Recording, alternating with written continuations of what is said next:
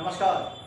Contract lecture series में मैं doctor Amitabh Singh आज गारंटी पार्ट 2 के साथ आपके सामने उपस्थित हूं। इस लेक्चर में देखेंगे कि कॉन्ट्रैक्ट ऑफ गारंटी में जो श्योरिटी है, आखिर उस श्योरिटी के लायबिलिटी की लिमिट्स क्या है, कॉन्टिन्यूइंग गारंटी किसे कहते हैं, और इसके बाद वो 7 कौन सी सिचुएशंस हैं जहां पर श्योरिटी अपनी लायबिलिटी से डिस्चार्ज हो जाएगा। तो ऐसी 7 कंडीशंस हैं, 7 सिचुएशंस हैं। सबसे पहले है कि रिवोकेशन बाय द श्योरिटी, जहां श्योरिटी जो है वो फ्यूचर ट्रांजैक्शंस के बारे में अपने श्योरिटी अपनी लायबिलिटी से रिवोक कर लेता है। नंबर 2 है डेथ ऑफ द श्योरिटी, जहां श्योरिटी मर जाता है।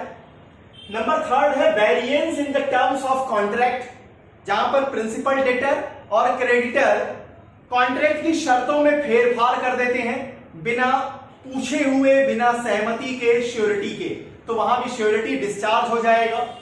नंबर 4 आएगा कि वेयर क्रेडिट प्रिंसिपल डेटर को रिलीज कर देता है क्रेडिटर या डिस्चार्ज कर देता है। तो चूंकि श्योरिटी की जो लायबिलिटी होती है वो को एक्सटेंसिव होती है, अगर प्रिंसिपल डेटर रिलीज हो गया तो श्योरिटी भी रिलीज हो जाएगा।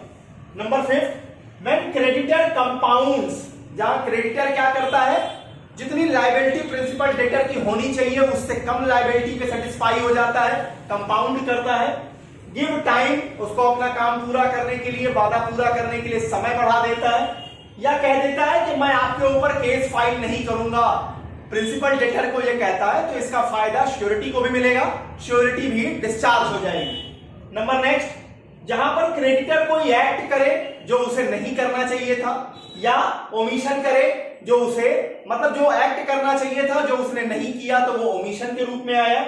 और ये एक्ट और ओमिशन से श्योरिटी की जो रेमेडी है, श्योरिटी को जो रेमेडी मिलनी चाहिए, देखिए कॉन्ट्रैक्ट ऑफ गारंटी में वास्तव में अगर जो कंसिडरेशन काम करता है वो श्योरिटी के लिए काम करता है कि अगर श्योरिटी ने प्रिंसिपल डेटर की जिम्मेदारी निभाई तो श्योरिटी क्या करेगा, श्योरिटी पोजीशन ले लेगा क्रेडिटर की। तो यहां जो बेनिफिट दी जाती है, यहां जो कह लीजिए कि सिक्योरिटी होती है, वो क्रेडिटर से ज्यादा काम करती है श्योरिटी के लिए। तो अगर श्योरिटी को मिलने वाले रेमेडी को किसी भी तरह से डैमेज होता है, इंजरी कॉज होती है, इंपार्ट किया जाता है, तो वहां पर भी वो रिलीज कर जाएगा, उसकी लायबिलिटी नहीं रहेगी। और नंबर 7 सिचुएशन है बाय लॉस ऑफ सिक्योरिटी, जहां पर मतलब जो आपका क्रेडिटर है उसके किसी काम से जो सिक्योरिटी दी गई है उस काम को करने के लिए, अगर उसमें लॉस होता है तो वहां भी श्योरिटी डिस्चार्ज हो जाएगा। तो यहां इन 7 कंडीशंस को अलग अलग देखेंगे कि आखिर वो 7 सिचुएशंस कौन सी हैं जहां श्योरिटी अपनी लायबिलिटी से डिस्चार्ज हो जाएगा। तो शुरू करते हैं। कॉन्ट्रैक्ट ऑफ गारंटी का ये पार्ट 2 लेक्चर है, जिसका मतलब ये है, जिसके अंदर ये आ रहा है कि श्योरिटी के लायबिलिटी की लिमिट्स क्या है, कॉन्टिन्यूइंग गारंटी किसे कहते हैं, और वो 7 सिचुएशंस कौन सी हैं जहां पर श्योरिटी अपनी लायबिलिटी से डिस्चार्ज हो जाएगा। सबसे पहले जो इसमें सेक्शन आ रहा है वो है सेक्शन नंबर 128। अगर आप 128 को देखिए तो 128 डिस्कस करता है श्योरिटी के लायबिलिटी लिमिट को, कि आखिर श्योरिटी कहां तक लायबल होगा। तो यहां कहते हैं it states that the liability of the surety is coextensive with that of a principal debtor unless it is otherwise provided by the contract। मतलब ये कहां तक लायबल होंगे श्योरिटी, तो कहता है कि श्योरिटी वहां तक लायबल होंगे जहां तक प्रिंसिपल डेटर लायबल होते हैं। अब इसको समझिए, ए ने 10,000 रुपए बी को उधार दिए हैं, 10,000 रुपए बी को उधार दिए, और सी ने इस ट्रांजैक्शन के लिए गारंटी दी है। अब जरा 128 को लगाइए, यहां पर ए क्या हो गया, ए हो गया क्रेडिटर, बी क्या हो गया प्रिंसिपल डेटर, और सी क्या हो गया श्योरिटी। अब देखिए, सबसे पहले लायबिलिटी किसकी है, लास्ट लेक्चर में डिस्कस कर चुके हैं। प्राइमरी रिस्पॉन्सिबिलिटी बी की होगी क्योंकि वो प्रिंसिपल डेटर है। वो कहां तक लायबल है, 10,000 रुपए तक लायबल है। तो जहां तक प्रिंसिपल डेटर लायबल है, श्योरिटी भी कहां तक लायबल होगा, श्योरिटी की भी क्या लायबिलिटी होगी, 10,000 रुपए तक श्योरिटी भी लायबल होगा। किस सेक्शन में कहा है? 128 कहता है को एक्सटेंसिव है, श्योरिटी उतने ही दूर तक लायबल होगा जहां तक प्रिंसिपल डेटर लायबल है।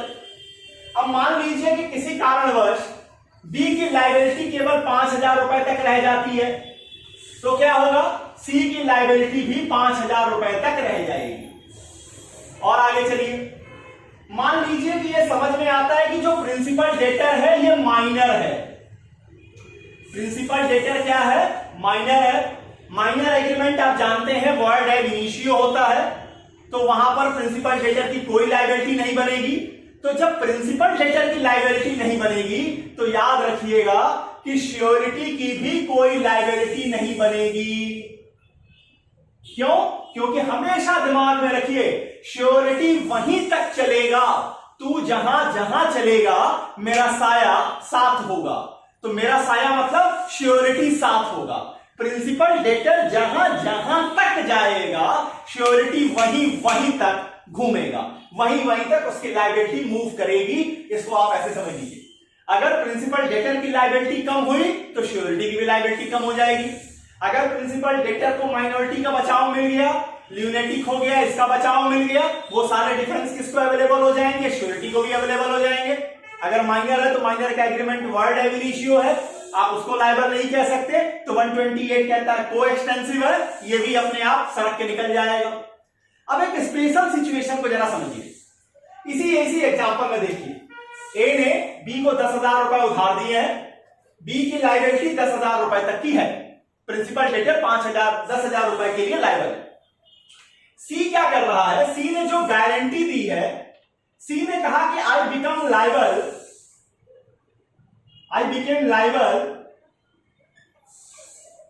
Up to 5,000। जो उसने गारंटी ली थी वो शुरू में उसने कह दिया था कि या तो वो 5,000 रुपए तक की जिम्मेदारी लेगा, या वो जिम्मेदारी तभी लेगा व्हेन देयर आर अदर को श्योरिटी। अब समझिए, जहां पर उसने अपनी लायबिलिटी को शुरुआत में ही क्या कर दिया है? लिमिट कर दिया है, या ये शर्त लगा ली है कि दूसरे श्योरिटी भी आ जाएंगे तभी वो जिम्मेदारी वहन करेगा। तो यहां पर को एक्सटेंसिव होने के बाद भी जो श्योरिटी की लायबिलिटी होगी वो कहां तक होगी? केवल 5,000 रुपए तक की होगी। और दूसरा, अगर कोई को श्योरिटी नहीं मिलता है तो श्योरिटी की भी लायबिलिटी नहीं होगी, क्योंकि उसने ये साफ कह दिया कि वो तभी लायबल होगा जबकि इस कॉन्ट्रैक्ट ऑफ गारंटी में दूसरे को श्योरिटी भी आ जाएं। तो ये है आपका सेक्शन नंबर 128 और ये उसकी एनालिसिस। हाँ, लेकिन एक बात समझिए, यहां जो श्योरिटी है, यहां जो को श्योरिटी है, अब मान लीजिए कि प्रिंसिपल डेटर अपनी बात को पूरा नहीं कर पाता, पैसा वापस नहीं कर पाता। अब क्रेडिटर के पास मौका है, क्रेडिटर के पास डिस्क्रिशन है कि वो चाहे तो जो श्योरिटी है और को श्योरिटीज हैं उनको इकट्ठा एक साथ मुकदमा फाइल करे, एक साथ पैसा क्लेम करे, उसमें से किसी एक आदमी से पैसा क्लेम करे। It means the liability of the surety and co sureties are joint and several in nature. वो ज्वाइंट भी लायबल होते हैं और अलग अलग भी लायबल होते हैं। इसका मतलब कि ये डिस्क्रिशन किसका है? क्रेडिटर का डिस्क्रिशन है। अब उसे श्योरिटी नहीं कह सकते कि भाई आप पहले हमसे क्यों पैसा मांग रहे हैं, पहले बाकी लोगों से मांग लीजिए। कोई को श्योरिटी भी ये नहीं कह सकता कि अरे भैया आप एक्स से तो मांगे ही नहीं, वाई से मांगे ही नहीं, हमारे पीछे पड़े हुए हैं। ये बात आप नहीं कह सकते हैं। ये डिस्क्रिशन किसका है? ये डिस्क्रिशन है क्रेडिटर का, कि उसे पैसे चाहिए, उसे वो काम पूरा कराना है। वो आपने गारंटी ली थी 4 लोगों ने मिलकर, वो चारों के खिलाफ आ सकता है, उसमें से किसी एक के खिलाफ आ सकता है। जैसे सेटिस्फाई होना चाहे वो उस तरह से, वो उसका डिस्क्रिशन है।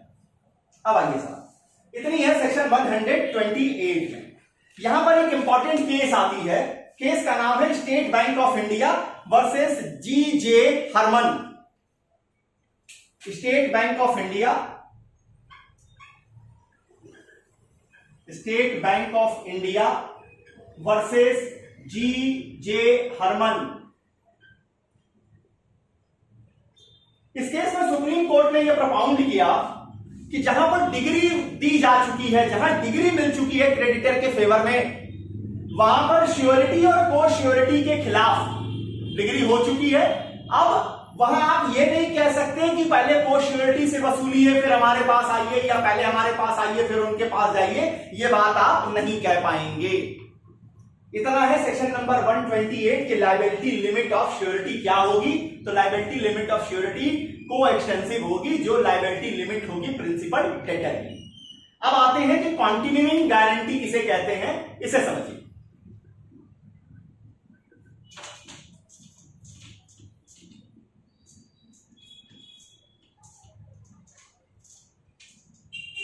जी, कॉन्टिन्यूइंग गारंटी की जो डिफिनीशन है वो सेक्शन 129 में दी गई है। इसे मैं सीजी लिख देता हूं, काइंडली इसे सेंट्रल गवर्नमेंट मत समझिएगा, थोड़ा कामचोर प्रकृति का आदमी हो, कम में काम चलाने की कोशिश करता हूं। कॉन्टिन्यूइंग गारंटी कहते किसे?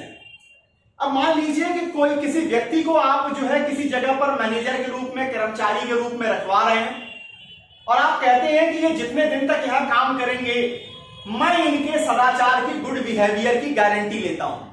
अब ये क्या है? ये एक ट्रांजैक्शन के लिए तो है नहीं। अब वो 1 साल काम करें, 2 साल काम करें, 10 साल काम करें, तो एक सर्टेन टाइम पीरियड के अंतर्गत जितने भी ट्रांजैक्शंस होंगे उन सब के लिए आपने गुड बिहेवियर में अपना गर्दन दे दिया है, वहां फंसा दिया।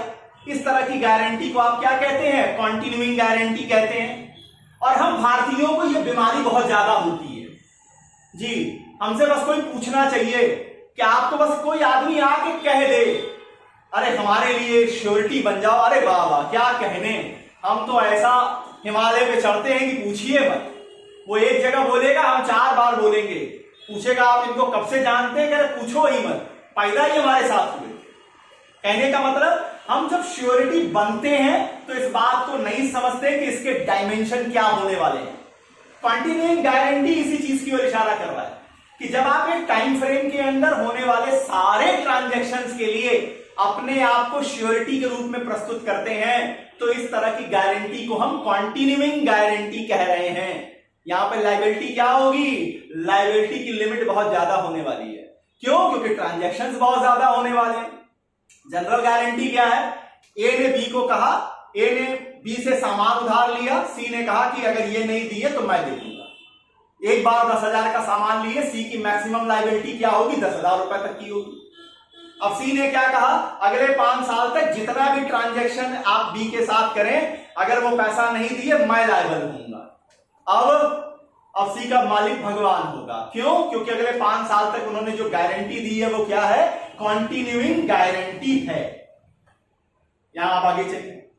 अच्छा, कॉन्टिन्यूइंग गारंटी के केस में श्योरिटी के पास एक पावर है कि वो फ्यूचर में, मान लीजिए किसी भी समय, 1 साल बाद, 6 महीने बाद उसको लगता है कि नहीं यार गलत आदमी के लिए मैं श्योरिटी हो गया, तो वो क्या कर सकेगा? वो क्रेडिटर को सूचना दे सकेगा, क्रेडिटर को नोटिस दे देगा कि अब जिस दिन मैंने नोटिस दी इसके बाद के किसी ट्रांजैक्शन के लिए मैं उस आदमी के लिए श्योरिटी नहीं हूं। तो फ्यूचर ट्रांजैक्शन के लिए तो आप रिवोकेशन कर सकते हैं, अगर आप श्योरिटी हैं तो अपनी लायबिलिटी को खत्म कर सकते हैं। लेकिन जो ट्रांजैक्शन हो चुके हैं, सबसिस्ट कर चुके हैं, वहां पर आपकी लायबिलिटी बनी रहेगी, वहां से आप पीछा नहीं छोड़ा सकेंगे। जो लायबिलिटी फ्यूचर के लिए है वहां से आप हट सकते हैं, लेकिन जो लायबिलिटी फ्यूचर में नहीं बल्कि वर्तमान में हो चुकी है, एग्जीक्यूट हो चुकी है, वहां पर आपकी लायबिलिटी होगी, वहां आप डिस्चार्ज नहीं होंगे। ये बात है सेक्शन नंबर 129 और 130 में डिस्कस किए गए कॉन्टिन्यूइंग गारंटी की। 129 में डिफिनीशन है और 130 ये बताता है कि फ्यूचर ट्रांजैक्शंस के लिए श्योरिटी क्या कर सकते हैं? रिवोक कर सकते हैं। अब आइए, अब आते हैं जो सबसे इंपॉर्टेंट टॉपिक है जिस पर आपसे क्वेश्चन पूछा भी जाता है। इसमें एक एक चीज को आप समझ लीजिए तो बहुत आसान है। क्या है? Discharge of surety from liability. ऐसी 7 सिचुएशंस कौन सी होंगी जब श्योरिटी अपनी लायबिलिटी से डिस्चार्ज हो जाएगा, उसकी कोई लायबिलिटी नहीं बनेगी। अब इसमें एक एक करके देखिए। पहला क्या है? पहला है सेक्शन 130 जो कि अभी आपको बताया कि यहां श्योरिटी क्या कर रहा है? कॉन्टिन्यूइंग गारंटी है फ्यूचर ट्रांजैक्शन के लिए श्योरिटी अपनी लायबिलिटी को रिवोक कर रहा है। तो जिस दिन वो अपने रिवोकेशन की सूचना दे देगा, रिवोकेशन की सूचना जिस दिन क्रेडिटर को मिल जाएगी, उसके फ्यूचर ट्रांजैक्शंस के लिए श्योरिटी लायबल नहीं होगा। लेकिन जो ट्रांजैक्शन सब्सिस्ट कर चुके हैं, प्रेजेंट में आ चुके हैं, उनके लिए श्योरिटी की लायबिलिटी बनी रहेगी। ये ध्यान दीजिएगा। तो यहां पर पहला है revocation by the surety 130 in the case of continuing guarantee ही ये किया जा सकता है। अब आ जाइए number second, death of the surety. Death of the surety मतलब सेक्शन 131। सेक्शन 131 का कहना है कि the death of the surety operates in the absence of any contrary contract as a revocation of a continuing guarantee so far as regard future transaction। 131 भी continuing guarantee के लिए काम कर रहा है कि अगर श्योरिटी ही मर जाता है तो उसकी मौत के बाद के होने वाले फ्यूचर ट्रांजैक्शंस के लिए हम रिवोकेशन मान लेंगे कि अब जो है श्योरिटी लायबल नहीं होगा। लेकिन यहां भी एक प्रोविजो लगा हुआ है, if there is no contrary contract. अगर कोई कॉन्ट्ररी कॉन्ट्रैक्ट है, श्योरिटी ने यह कह दिया है कि मेरे मर जाने के बाद भी मेरी प्रॉपर्टी लायबल होगी या मेरे लीगल रिप्रेजेंटेटिव्स लायबल होंगे, तो वहां पर प्रॉपर्टी और या लीगल रिप्रेजेंटेटिव लायबल बने रहेंगे श्योरिटी के डेथ के बाद भी। सामान्यतः क्या है, कंटिन्यूइंग गारंटी में दो ऐसी सिचुएशंस हैं जहां श्योरिटी डिस्चार्ज हो जाएगा फ्यूचर ट्रांजैक्शन के लिए, जब श्योरिटी अपनी ओर से क्या कर दे, रिवोक कर ले अपनी लायबिलिटी को, या श्योरिटी डेथ कर जाए बिना किसी कॉन्ट्ररी एग्रीमेंट के, कॉन्ट्ररी मतलब कॉन्ट्रैक्ट के, तो वहां पर भी वे मान लिया जाएगा कि श्योरिटी डेथ हो गई, अब वो डिस्चार्ज हो गया अपनी लायबिलिटी से फ्यूचर ट्रांजैक्शन के लिए। अब आइए जो इंपॉर्टेंट, जहां पर मेन आपको दिक्कत आती है, नंबर थर्ड कहता है by variance in the terms of contract. By variance in the terms of contract। इसका मतलब क्या है?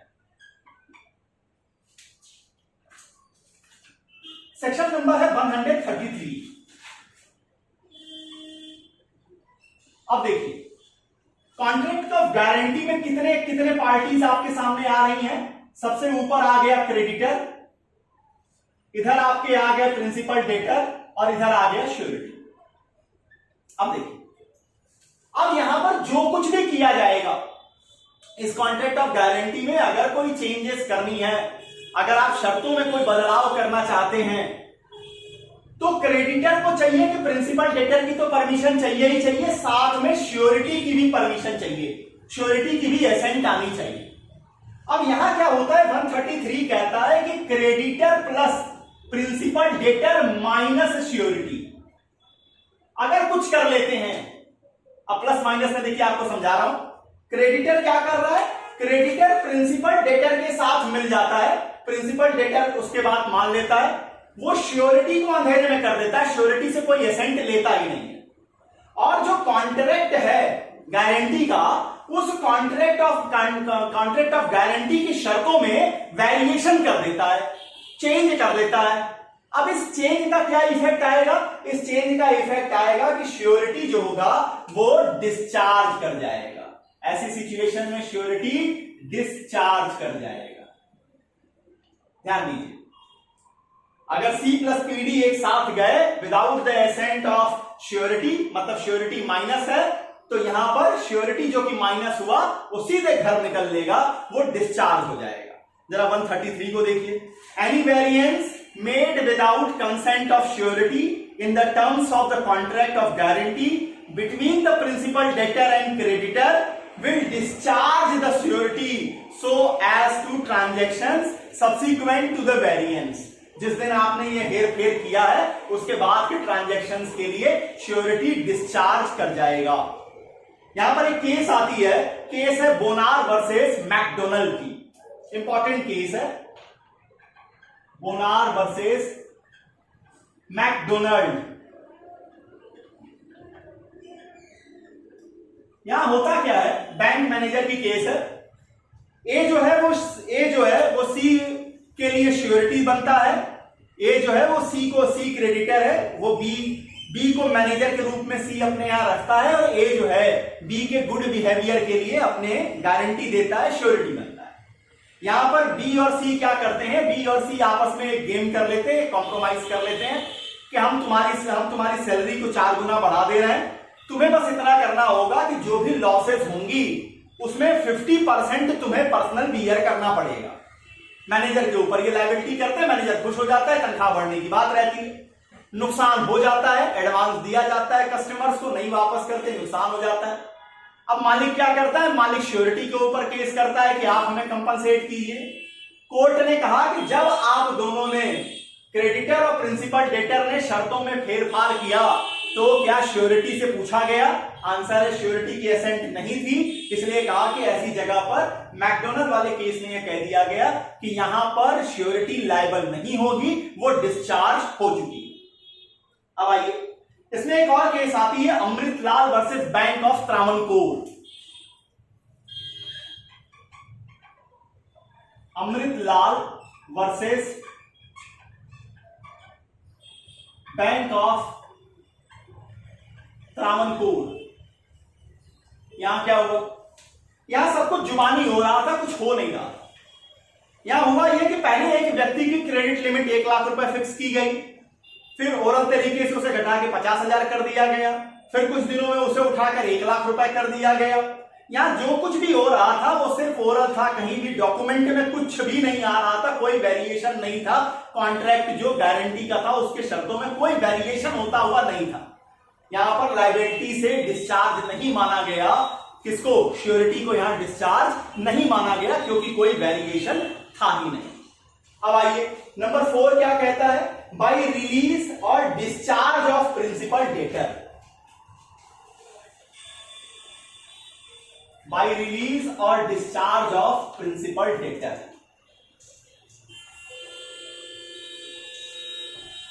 इस ट्रायंगल को मैं यहां बना देता हूं, बार बार इसी ट्रायंगल की जरूरत रहेगी। यहां लिख देते हैं क्रेडिटर, यहां है प्रिंसिपल डेटर और यहां है श्योरिटी। ये है कॉन्ट्रैक्ट ऑफ गारंटी। अब यहां पर आ जाइए, चौथा है बाय रिलीज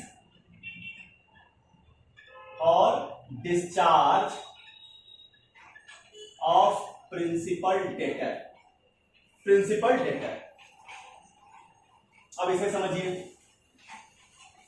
यहां सेक्शन है, सेक्शन नंबर 134। सेक्शन को भी देखते जाइए।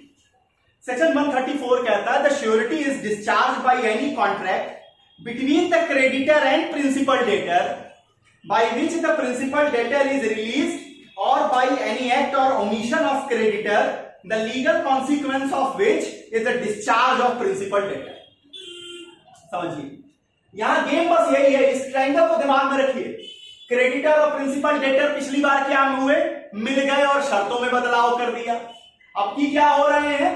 क्रेडिटर और प्रिंसिपल डेटर फिर मिल गए, श्योरिटी गायब हो गया, श्योरिटी माइनस हो गया। और श्योरिटी माइनस होके क्या हुआ? यहां पर उन्होंने आपस में कर लिया गुणागणित की प्रिंसिपल डेटर रिलीज हो गया अपनी लायबिलिटी से। तो जब वो अपनी लायबिलिटी से रिलीज हो गया तो 128 में हमने आपको बताया कि श्योरिटी भी क्या है? को एक्सटेंसिव लायबल है। अब बड़े मियां तो छोटे मियां भी क्या होंगे? सुभान अल्लाह, वो भी बच निकलेंगे। तो यहां पर क्या मान लिया जाएगा 134 में कि अगर क्रेडिटर और प्रिंसिपल डेटर के बीच में कुछ भी ऐसा हुआ, कोई भी ऐसा कॉन्ट्रैक्ट किया गया और उस कॉन्ट्रैक्ट के लिए श्योरिटी की कोई एसेंट नहीं है, जिसका रिजल्ट ये निकल के आ रहा है कि प्रिंसिपल डेटर रिलीज हो गया या डिस्चार्ज हो गया, तो प्रिंसिपल डेटर का जो होगा वो होगा। यहां सीधे सीधे समझिएगा, श्योरिटी रिलीज हो गया, श्योरिटी डिस्चार्ज हो जाएगा। एक एग्जांपल ले लीजिए। एग्जांपल यहां पर ये आया कि ए कॉन्ट्रैक्ट करता है बी के साथ। इसे लिख के दिखा देते हैं आपको। ए जो है वो कॉन्ट्रैक्ट करता है बी के साथ। क्या कॉन्ट्रैक्ट करता है? कि बी के लिए वो एक फिक्स टाइम में हाउस को प्रिपेयर करेगा, बिल्डिंग बनाएगा। सी क्या करता है? सी इसके लिए गारंटी देता है। सी जो है वो गारंटी बनता है, गारंटर बन जाता है, या कह लीजिए श्योरिटी बन जाता है। अब यहां पर बी ने लायबिलिटी ले रखी थी, बी का मकान बनना था। बी ने लायबिलिटी ली थी कि वो टिम्बर की सप्लाई करेगा। अब टिम्बर की सप्लाई करने में बी क्या कर देता है? ओमिट कर देता है। टिम्बर की सप्लाई में बी ओमिट कर देता है। अब जब बी ओमिट कर देगा टिम्बर की सप्लाई में, तो निश्चित जानिए कि जो प्रिंसिपल डेटर है, जो ए है, वो रिलीज हो जाएगा, डिस्चार्ज हो जाएगा अपनी ड्यूटी से। तो जब प्रिंसिपल डेटर अपनी ड्यूटी से डिस्चार्ज हो जाएगा तो उसी समय ये जो श्योरिटी बना हुआ सी है ये भी क्या हो जाएगा, ये भी डिस्चार्ज हो जाएगा। तो ये है आपका चौथा, बाय रिलीज और डिस्चार्ज ऑफ प्रिंसिपल डेटर। अब आते हैं नंबर फिफ्थ। नंबर फिफ्थ कहता है जहां पर क्रेडिटर कंपाउंड कर ले या टाइम दे या ये कह दे कि वो मुकदमा नहीं फाइल करेगा प्रिंसिपल डेटर के खिलाफ। नंबर फिफ्थ,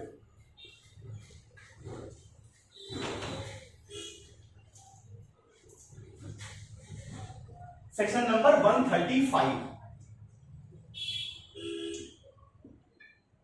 क्या क्या आता है, compound,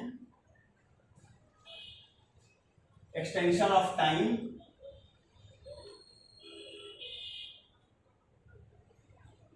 not to sue, not sue principal debtor. अब यहां देखिए सेक्शन 135 क्या कहता है। यहां पहली बात आती है कंपाउंड का मतलब क्या है। कंपाउंड का मतलब है कि जितने तक के लिए, जहां तक के लिए प्रिंसिपल डेटर की लायबिलिटी बनती थी आपने उसको क्या कर दिया, घटा दिया। किसने घटा दिया, क्रेडिटर ने घटा दिया। अब यहां देखिए ए ने बी को 10,000 रुपए दिए थे जिसके लिए सी क्या था, श्योरिटी था। बी की लायबिलिटी कहां तक थी, 10,000 तक थी। सी कहां तक लायबल था, को एक्सटेंसिव था 10,000 रुपए तक। ए ने कहा कि ओके यू मतलब B will provide only 5,000,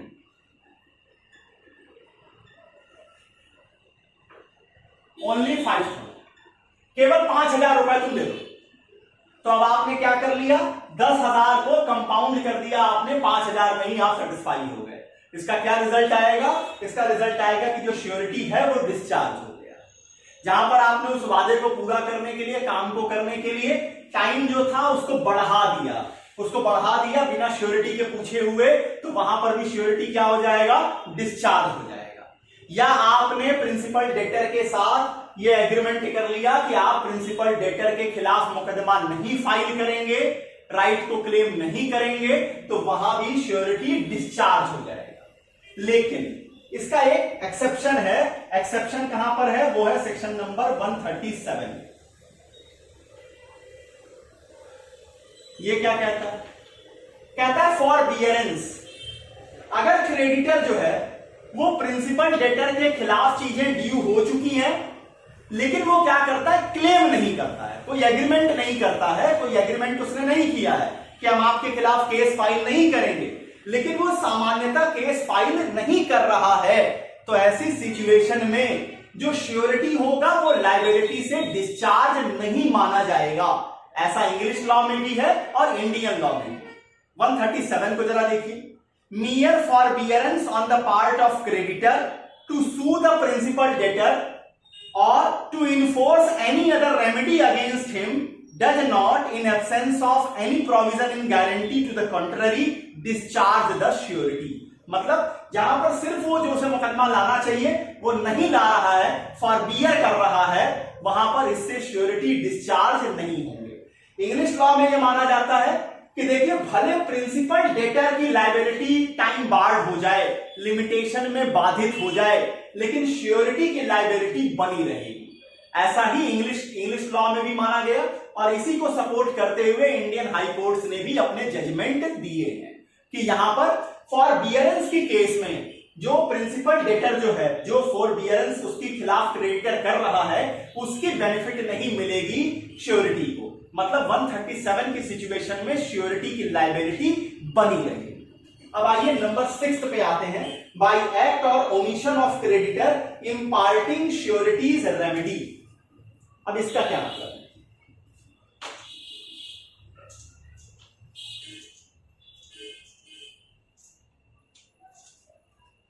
number 6 है आपका, by creditors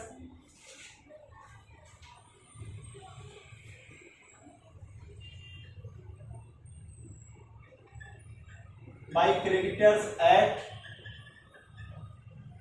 or omission imparting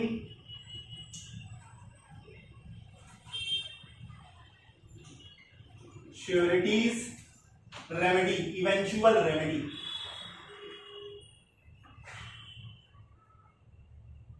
इसको पहले समझिए। देखिए, प्रिंसिपल डेटर जब अपनी लायबिलिटी नहीं बियर करेगा, नहीं वहन करेगा, तो उस लायबिलिटी को कौन पूरा करेगा? श्योरिटी। तो जब श्योरिटी उस लायबिलिटी को क्रेडिटर को पूरा कर देगा, तो श्योरिटी जाकर के बैठ जाएगा क्रेडिटर की जगह पर, और अब वो कंपनसेशन मांगेगा प्रिंसिपल डेटर से। इसको हम कहते हैं कि right of surety against principal debtor. He will subrogate the creditor, वो क्रेडिटर को सबरोगेट कर लेगा। इसको विस्तार से कल के लेक्चर में ले आएंगे, जहां पर ये होगा नेक्स्ट लेक्चर में आपके सामने आएगा, जहां श्योरिटी के राइट्स की चर्चा करेंगे। तो यहां कॉन्ट्रैक्ट ऑफ गारंटी में जो कह लीजिए कि जो बेनिफिट हम क्रेडिटर को दिखाते हैं कि क्रेडिटर के लिए काम किया जा रहा है, वास्तव में कहीं ना कहीं वो इवेंचुअली जो होता है वही सिक्योरिटी, वही चीजें, वही सिक्योरिटी जो है, वही एक तरीके की चीजें सिक्योर्ड करती हैं श्योरिटी को। कि आप अगर मान लीजिए आपको प्रिंसिपल डेटर फेल कर जाता है, आप लायबिलिटी बियर करते हैं, तो आपके कंपनसेशन का भी आधार बना हुआ है। अब यहां क्या 6th पार्ट क्या कह रहा है? If the creditor does any act which is inconsistent with the right of surety और omit to do any act which is his duty, जो उसकी ड्यूटी थी वो उसको ओमिट कर रहा है, एंड बाय सच एक्ट और omission it eventually impart the remedy of the surety. Remedy जो मिलनी चाहिए थी श्योरिटी को, वो इम्पार्ट कर जाती है। तो अब क्या होगा? अब ऐसे सिचुएशन में भी श्योरिटी डिस्चार्ज कर जाएगा। एक एग्जांपल देख लीजिए। बी जो है वो कॉन्ट्रैक्ट करता है सी के लिए एक शिप बनाएगा। बी कॉन्ट्रैक्ट करता है सी के साथ कि वो सी के लिए एक शिप बनाएगा। सी जो है वो इंस्टॉलमेंट में उसको पैसा देना था, जैसे जैसे जिस जिस लेवल का काम पूरा होता जाएगा वैसे वैसे इंस्टॉलमेंट देनी थी। ए ने इस पूरे ट्रांजैक्शन के लिए गारंटी दी कि बी का बिहेवियर है वो समय में बना के दे देगा। सी ने क्या किया? लास्ट के 2 जो इंस्टॉलमेंट थे वो प्रीपोन कर दिए, वो प्री पेमेंट कर दिया। अब जब उसने प्री पेमेंट कर दिया और इसमें श्योरिटी की कोई परमिशन नहीं थी, कोई एसेंट नहीं थी, तो अब इससे क्या हुआ? अब ये मान लिया गया कि यहां श्योरिटी जो है वो डिस्चार्ज हो जाएगा। क्यों? क्योंकि आपने इवेंचुअल जो रेमेडी अवेलेबल हो रही थी श्योरिटी को, उसको आपने इंपार्ट कर दिया, डैमेज कॉज कर दिया। अब आप यहां पर श्योरिटी डिस्चार्ज हो जाएगा। यहां पर एक केस आती है, इंटरेस्टिंग केस है, M R. Chakrapani versus Canara Bank की। M R. Chakrapani versus Canara Bank. यहां हुआ क्या समझिए, बड़ा इंटरेस्टिंग मुकदमा है। यहां पर एक इमेबेबल प्रॉपर्टी रहती है जिसको हाइपोथिकेट किया जाता है, किसको? कैनरा बैंक को। अब समझिए इसको क्या कहता है? इस प्रॉपर्टी को प्रिंसिपल डेटर जो है वो सेल कर देता है।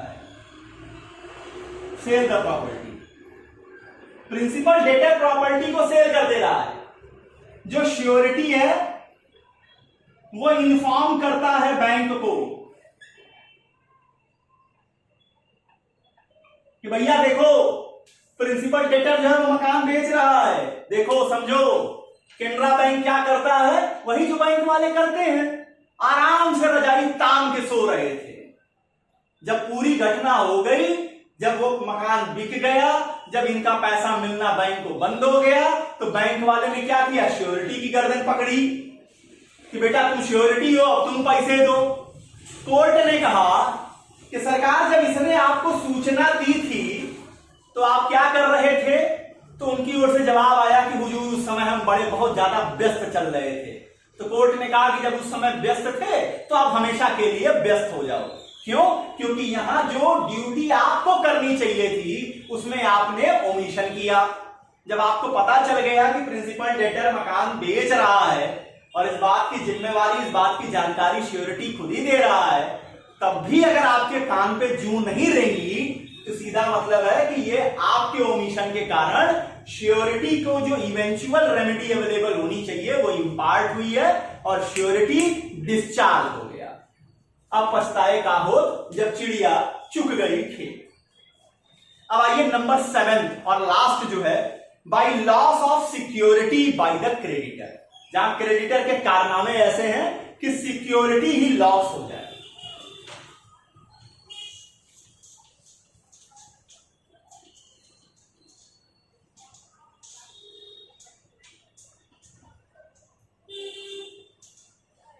जी, सेवेंथ है by loss of security,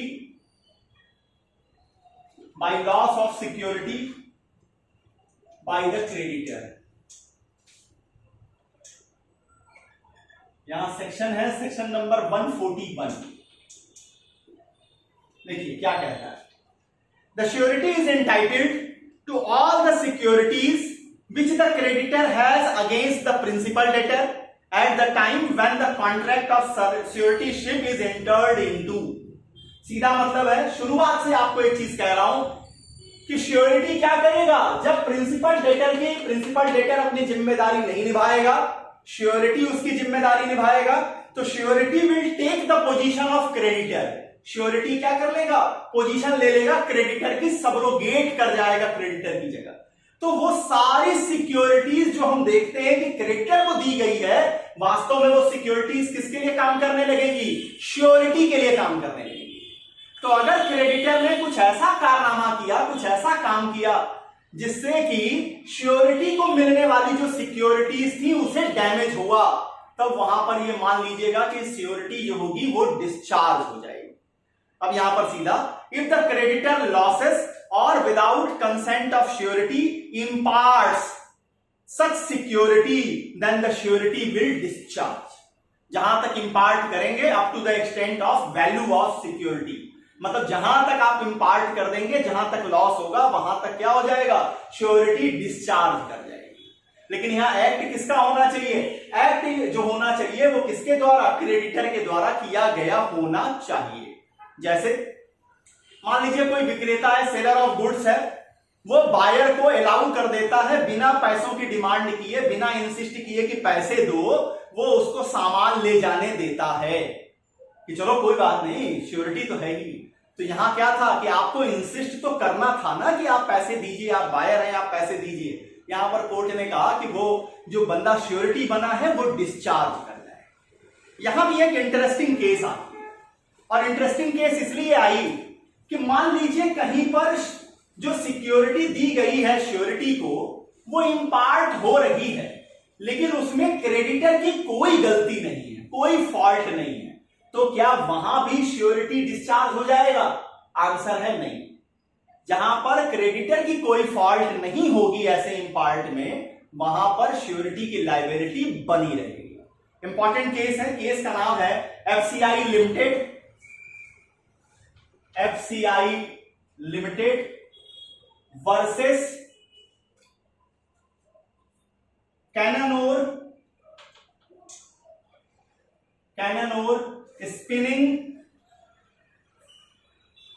spinning and weaving mills limited. क्या हुआ इस केस में?